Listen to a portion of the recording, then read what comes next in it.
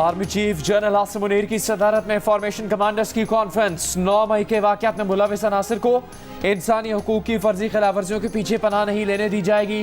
दौरान हिरासत तशद्दुद, इंसानी हकूक़ की खिलाफ वर्जियों, सियासी सरगर्मियाँ रोकने के कानून नाफिज करने वाले इदारों और सिक्योरिटी फोर्सेज पर बेबुनियाद इल्ज़ामात का मकसद आवाम को गुमराह और मुसल्लह अफवाज को बदनाम करना है ताकि मज़मूम सियासी मकासद हासिल किए जा सकें। फॉर्मेशन कमांडर्स कॉन्फ्रेंस के शुरका ने आज़म किया कि कसरत से जमा किए गए नाकाबिले तरदीद शवाहिद को ना झुटलाया जा सकता है, ना ही बिगाड़ा जा सकता है।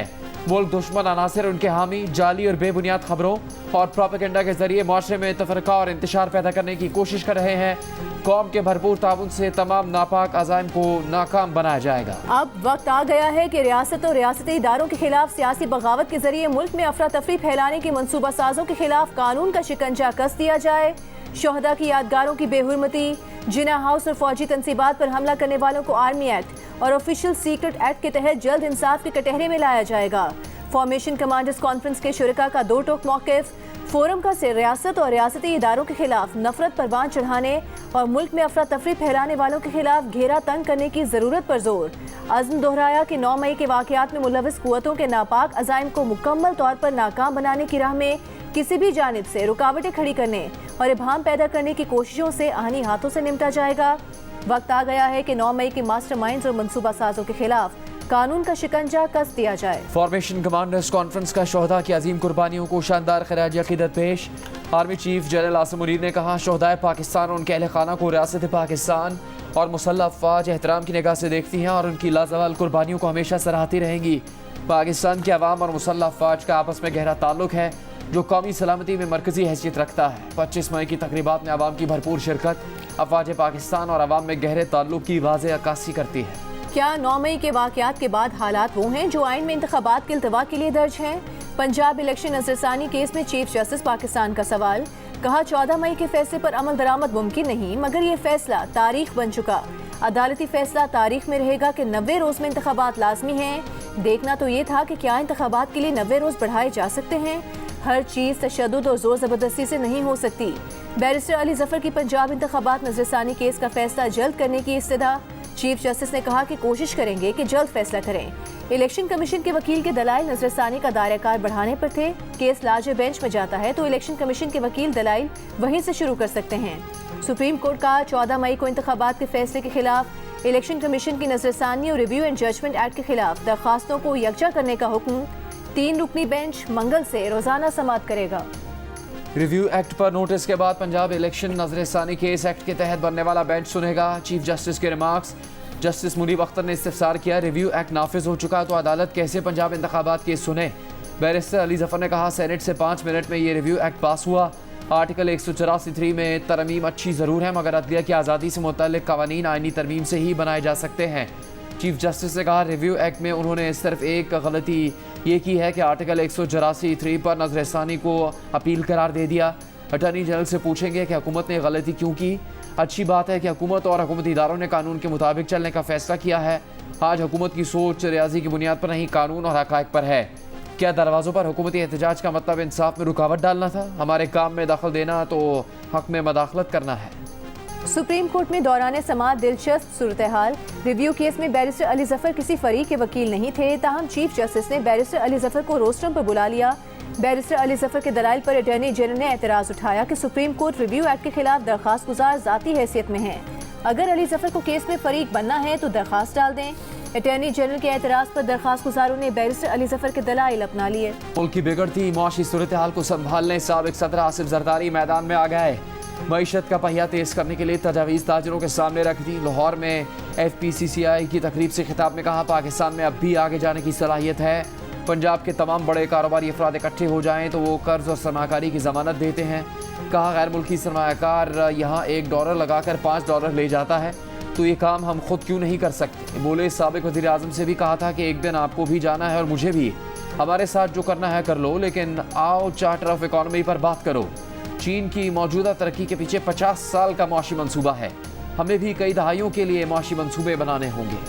साबिक खातून अव्वल बुशरा बीबी के बेटे इब्राहिम मानिका, बुशरा बीबी की सहेली फरहत शहजादी और फरागोगी और साबिक वज़ीर आला उस्मान बुज़दार के खिलाफ मुकदमा दर्ज।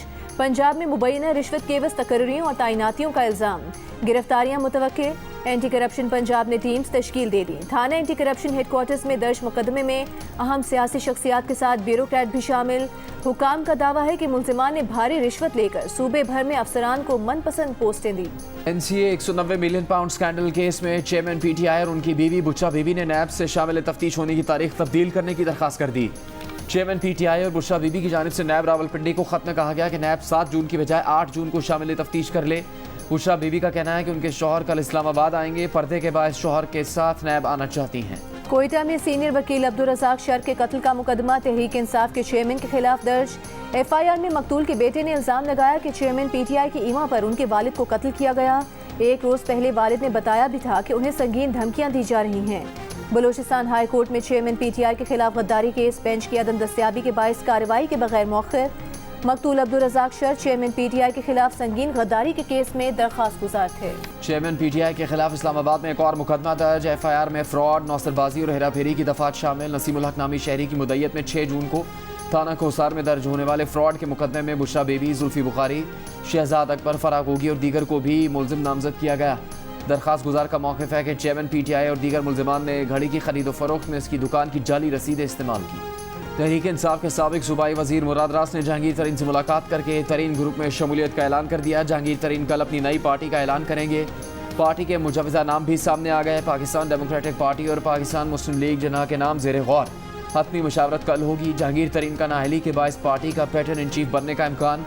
अलीम खान पार्टी के सदर होंगे। ज़राए का कहना है कि ऑन चौधरी जहांगीर खान तरीन ग्रुप की पार्टी के ऑर्गेनाइजर होंगे। पेशावर हाई कोर्ट का PTI रहनुमा अली मोहम्मद खान को रिहा करने का हुक्म। 1 लाख रुपए के जमानती मचल के जमा कराने की हिदायत।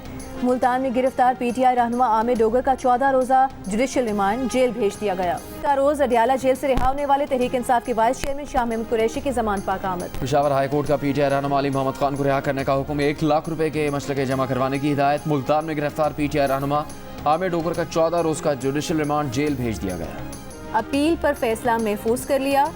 जुडिशल मैजिस्ट्रेट ने पंजाब असम्बली में गैर कानूनी भर्तियों के केस में परवेज इलाही का जुडिशल रिमांड दिया था। एंटी करप्शन का मौक़िफ़ है कि जुडिशल मैजिस्ट्रेट ने कानून के बरअक्स फैसला सुनाया। आबी ज़खायर के मंसूबों में अरबों रुपए की करप्शन का इल्जाम। FIA लाहौर ने PTI रहनुमा मोनिस इलाही के खिलाफ मनी लॉन्ड्रिंग का मुकदमा दर्ज कर लिया।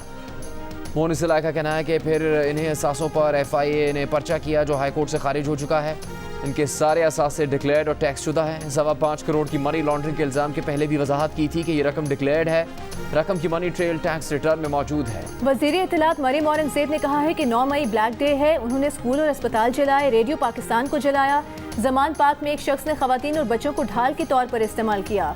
शरपसंदों की गिरफ्तारी पर एक शख्स इंसानी हुकूक का शोर मचा रहा है। ये सब इसलिए हो रहा है कि इसने अदालत नहीं जाना, इसने 190 मिलियन पाउंड का जवाब नहीं देना। ये जो कर रहा है वो मुल्क दुश्मन करते हैं। कौन सा सियासतदान है जो शोहदा की तस्वीर पर पत्थर मारे? ये अमेरिका की मिन्नतें तरले करता है कि पाकिस्तान पर पाबंदी लगाएं। पाकिस्तान में एक साल में 956 अरब रुपए का टैक्स चोरी होता है। टैक्स चोरी करने वालों में रियल एस्टेट, चाय, सिगरेट, टायर्स, ऑयल और फार्मा के सेक्टर शामिल हैं। सिर्फ रियल एस्टेट में एक साल का 500 अरब रुपए का टैक्स चोरी होता है। सिगरेट इंडस्ट्री में 240 अरब रुपए का टैक्स चोरी किया जाता है। बैनुल-अक़वामी रिसर्च इदारे इप्सोस की रिपोर्ट में इंकिशाफ। रिपोर्ट के मुताबिक चाय की इंडस्ट्री में 45 अरब रुपए, दवाओं के शुबे में 65 अरब रुपए, टायर्स और ऑयल सेक्टर में 106 अरब रुपए की टैक्स चोरी की जा रही है। पेंशन में 30% इजाफे के लिए पेट्रोलियम डेवलपमेंट लेवी 50 रुपए से बढ़ाकर 60 रुपए लीटर करने की तजवीज़। हुकूमत को पेट्रोलियम लेवी बढ़ाने से 870 अरब रुपए हासिल होंगे। आइंदा माली साल पेंशन में इजाफे के लिए 780 अरब रुपए की ज़रूरत होगी। बजट में नॉन फाइलर्स के लिए गाड़ियों पर एडवांस इनकम टैक्स में दुगने इजाफे और बैंक से कैश निकलवाने पर टैक्स दोबारा लगाने की तजवीज़। अगले माली साल तिजारती खसारा 28 अरब 70 करोड़ डॉलर रहने का तखमीना है। रवा माली साल माशी शरह नमू 0.29% रही, तब 5% रखा गया था। जुलाई से मार्च तक महंगाई की शरह 29% तक रिकॉर्ड की गई। रवा माली साल के इक़्तिसादी जायजे के अहम निकात जियो न्यूज़ सामने ले आया। सनती, मैन्युफैक्चरिंग और ज़राई शोबे की पैदावार मनफी रही। बरामदात का हदफ भी नहीं हासिल हो सका। सर्वे के मुताबिक सैलाब और सियासी अदम इस्तेहकाम के बायस माशी ग्रोथ कम रही। रूस यूक्रेन जंग के बायस आलमी सतह पर कमोडिटी प्राइस में इजाफा रिकॉर्ड हुआ। इक़्तिसादी सर्वे कल शाम 4:30 बजे पेश किया जाएगा। कराची के बाद लाहौर के ताजिरों ने भी बाजार 8 बजे बंद करने का हुकूमती फैसला मुस्तरद कर दिया। ऑल पाकिस्तान अंजुमन ताजिरान ने कहा कि हुकूमत और कातेकार का मामला पार्लियामेंट में लाए, खुसूसी कमेटी बनाई जाए, ताजिरों को भी सुना जाए। जब पूरे मुल्क में एक कानून नाफिज होगा तो काबिल एतराज़ नहीं होगा। निगरान सूबाई हुकूमतें इस हुक्म पर अमल दरामद से बाज रहें। हुकूमत हमें और अपने आप को आजमाइश में ना डाले, एक तरफा फैसले करने से बाज रहे।